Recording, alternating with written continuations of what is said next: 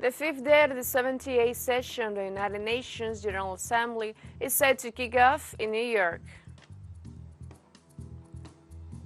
13,000 workers of the United States Trade Union demonstrated at 38 work sites of General Motors and Stellantis demanding high salaries and better working conditions.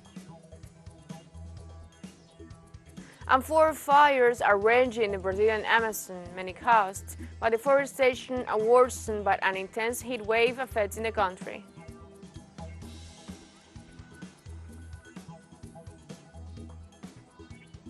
Hello, welcome to From the South. I'm Ana Razabal from the TeleSUR studios in Havana, Cuba. We begin with the news.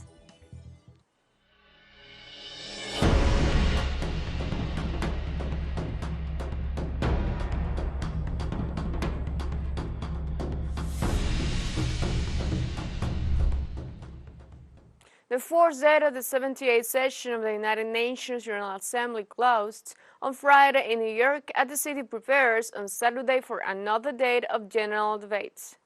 The fifth day of the debates will open at 9 a.m. as world leaders continue to debate for issues at the UN's General Assembly. Representatives from the UN member nations focus on the challenges regarding global peace, sustainable development, and climate change, with global South leaders united in the demands for a more equal world society. Prime Minister from St. Vincent and the Grenadines, Rafa Gonsalves, Russian Foreign Minister Sergei Lavrov, and Venezuelan Foreign Minister Ivan Gil are among the speakers addressing the United Nations General Assembly on its fourth day of ongoing debate.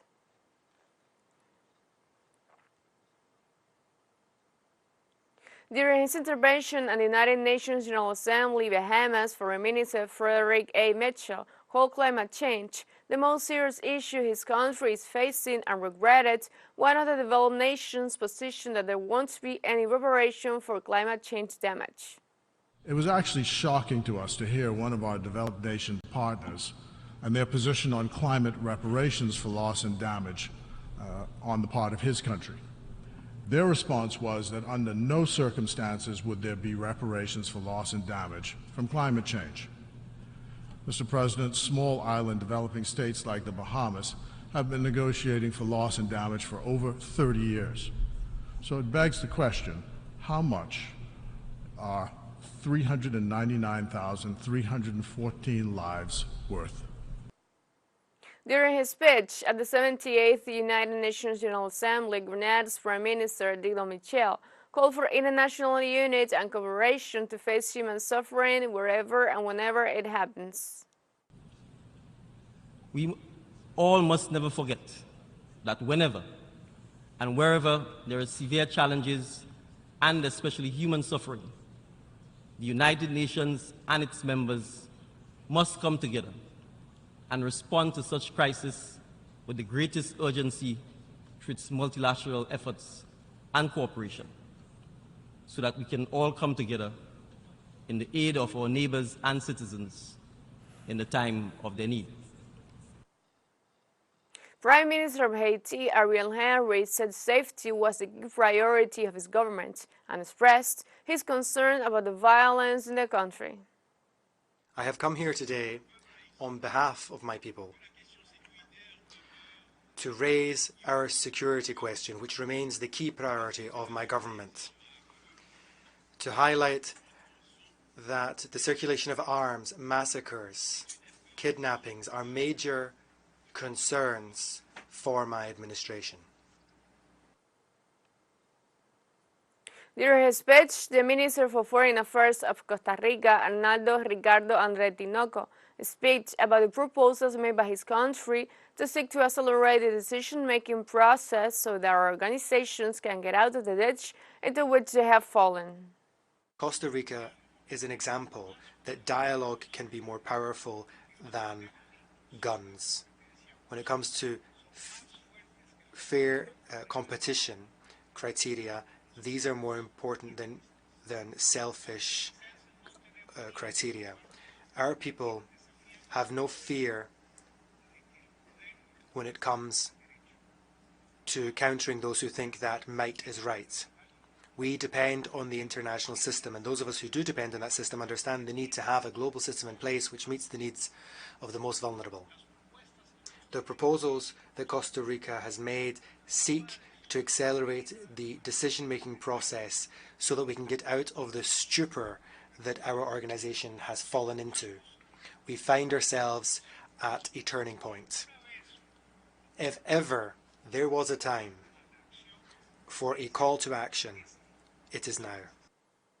The Prime Minister of Antigua and Barbuda, Gaston Brown, urged the United Nations Assembly to address the issue of increased arms imports into the Caribbean from the United States. The United Nations General Assembly gave us the opportunity to come here and to speak about those issues.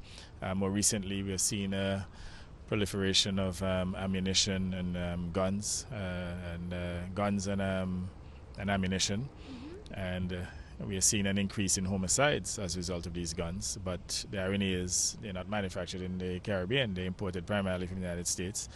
They represent a significant threat to us in terms of the amount of homicides. In fact, we now have about 3 times the amount of homicides per thousand of the global average, and it is because of those guns that have been imported in the Caribbean, obviously mostly used by those involved in the narcotics trade. But they're also using those guns to hurt innocent people. That's an issue that many of us would have addressed during this assembly. In an interview for TeleSUR, our correspondent Aisa Garcia from New York and the Prime Minister of Antigua and Barbuda demanded a lifting of unilateral coercive measures imposed by the United States on Cuba and Venezuela. With Cuba and Venezuela, we think what the United States is doing to Cuba is cruel. And we continue to advocate for the sanctions to be lifted. They say, for example, that Cuba is involved in state-sponsored terrorism. They know it's not true, and they need to take them off the list. I mean, the situation in Venezuela, we have made a plea as well for them to discontinue the sanctions against Venezuela. They're hurting the Venezuelan people. They're literally contributing to the exodus of Venezuelans because of the hardships that the sanctions have created. But even within the Caribbean region, those of us who benefited from Petrocaribbean, we too are suffering, and we're innocent. We haven't done anything to offend the United States, but at the same time, we can't avail ourselves of fuel from PDVSA, which in the past would have acted as a price stabilization mechanism for Caribbean countries who were getting petroleum products on the Petrocaribbean. So these are some of the inequities that we continue to advocate within the UN forum. And we're hoping that our voices will not fall in deaf ears and that there will be some transformational changes. Premier Brown also thanked President Nicolás Maduro for providing support to the Caribbean countries. I have to take the opportunity to thank President Maduro in that he would have assisted a number of Caribbean countries, including Antigua and Barbuda, with a partial debt write-off of 50% of the amounts owed for the petroleum products, and that in itself would have helped to reduce our debt to GDP. I believe Jamaica, St. Vincent and Grenadines and other countries that have benefited. And what is interesting, you have a country that is struggling, providing that kind of relief orders, and you find wealthy countries, even the United States in this hemisphere, which is the wealthiest country on the planet, has not been or have not been as responsive as even countries that do not quite have resources. So kudos to President Maduro and the government and people of Venezuela for the responsiveness to the needs of the Caribbean people. Let's take a short break, but remember you can join us on TikTok at TeleSUR English, where you'll find news in different formats, new dates, and more. All the stories coming up, stay with us.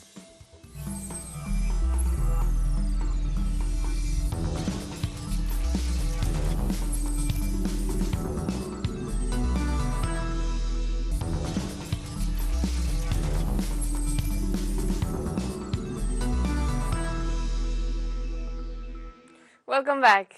On Friday, 13,000 workers at the U.S. Auto Union demonstrated at 38 work sites of General Motors and Stellantis. According to statements by Union President Sean Fain, they are ready to shut down more plants if negotiations for a new collective labor agreement do not move forward. The demand includes 40% wage increases distributed over the next 4 years and the elimination of wage differences between workers in plants of the same companies, better job security guarantees, and the recovery of benefits they received up to 2009 to compensate workers for the increase in the cost of living. Meanwhile, the union has decided not to call strikes at the Mode 4 plants in recognition of the progress of its negotiations with the manufacturer.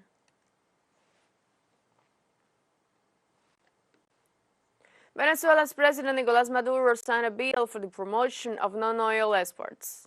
The bill was signed during a meeting between the head of states and the National Economic Council and needs the approval of the National Assembly to become law.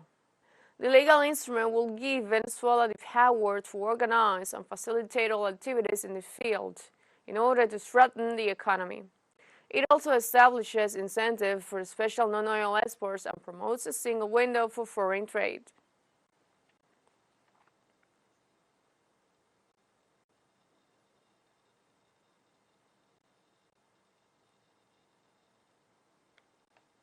Venezuelan President Nicolás Maduro approved a four-point agreement to rescue the stability of the country. The agreement was reached at a working meeting of the National Productive Economic Council and seeks to recover the country's economic and financial growth. The first point looks to guarantee the peace of citizens, and the second to condemn criminal sanctions against Venezuela, as well as to demand from the government of the United States the immediate lifting of the coercive measures against the homeland. The third represents a consensus for economic prosperity, and the fourth, a plan to recover the welfare of the Venezuelan people.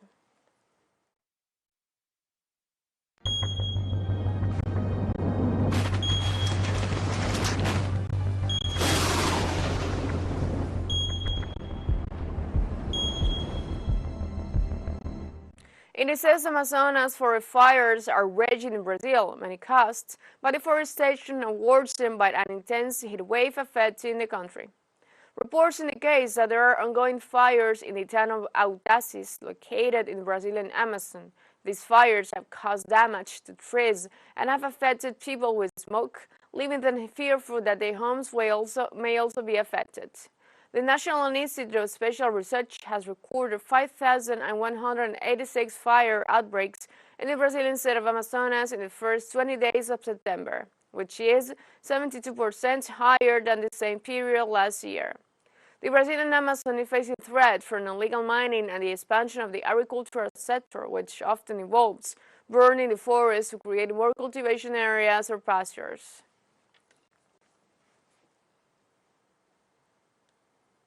The authorities in Libya on Saturday stressed that search and rescue efforts are continuing for victims and bodies under the rubble more than 10 days after the passage of Storm Daniel through the Libyan city of Derna.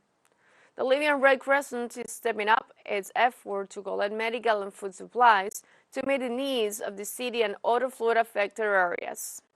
Almost 2 weeks after the storm brought down 2 dams, relief teams and paramedics continue to search for bodies and treat the injured amid fears of the spread of disease due to the unsanitary conditions. Ala Al-Fagari, a Red Crescent doctor, said the situation in the city of Derna remains tragic. There are still people under the rubble who are still trapped, and no one can recover them, added Al-Fagari.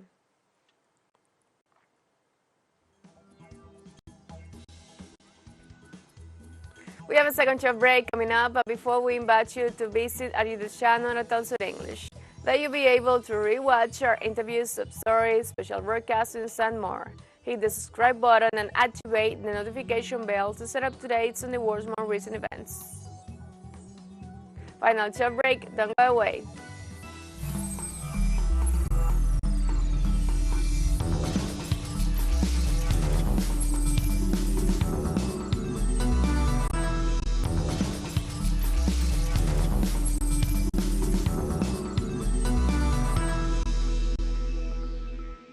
Welcome back. And now we go to China, more specifically to the world capital of Panda's, the city of Chengdu. There, the provincial government of Sichuan organized the first Golden Panda Awards for international film and television productions. The ceremony was attended by the famous actor Jackie Chan and had a Latin American as the winner of the Best Actor award. Our TV collaborator in China, Mario Ramos, attended this event. Let's see. The new Chinese International Movie and Series Award Golden Panda called for productions from countries in various regions: Vietnam, Iran, Argentina, Russia, Czech Republic, Thailand, and Colombia were some of the countries with nominated productions, in addition to countries that usually dominate renowned international awards such as the USA, France, UK, and Italy.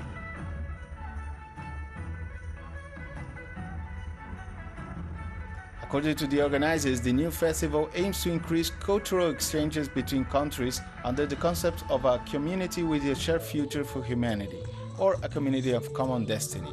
The idea has Confucian and Marxist roots and has been promoted by the Chinese government for about a decade in its bilateral relations and in the various international platforms in which it participates.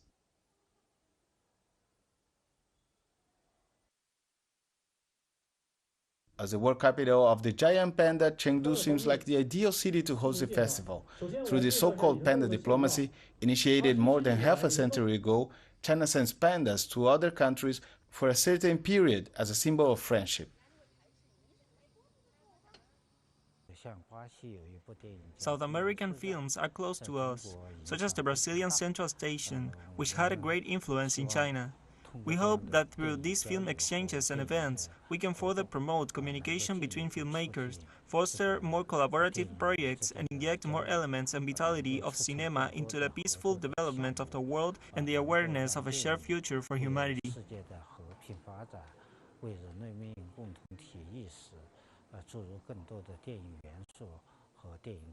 Different countries, they have different culture, and I think for me, I really hope in the future I can play with different people in different countries, and I can learn from them and they can learn from me, because I think a culture always needs to be exchanged, right? And we can bring a lot of different things together, and we can create the new thing. So that's why I want to meet more people like Brazil musicians, right? And probably we can learn from each other, and so we can use this way to bring a lot of new things coming and to make the whole world more peaceful and more happy.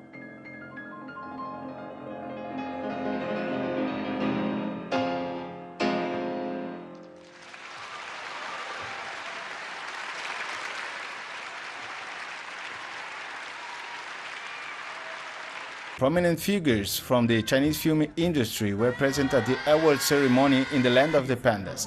Among them were Jackie Chan, Huang Xiaotong, and Wu Jing. As part of the awards, the organizers held a forum where themes of cooperation, dialogue, and mutual learning were discussed. Former senior officials from the United Nations, former Thai Prime Minister Abhisit Vejjajiva, and former Egyptian Foreign Minister Nabil Fahmy participated in the event. You were talking about mutual understanding, and we believe from UNESCO that when we share our cultures, when we are able to showcase actually what they bring actually to communities, to individuals, this is when we actually develop further, when communities are able to flourish, so that individuals as well are able to exchange and share across countries. Argentine director Leandro Martinez had his work, Aru, nominated for Best Animation. He believes that spaces like these, promoted by China outside the hegemonic circuit, can contribute in terms of dissemination and support for productions in South America.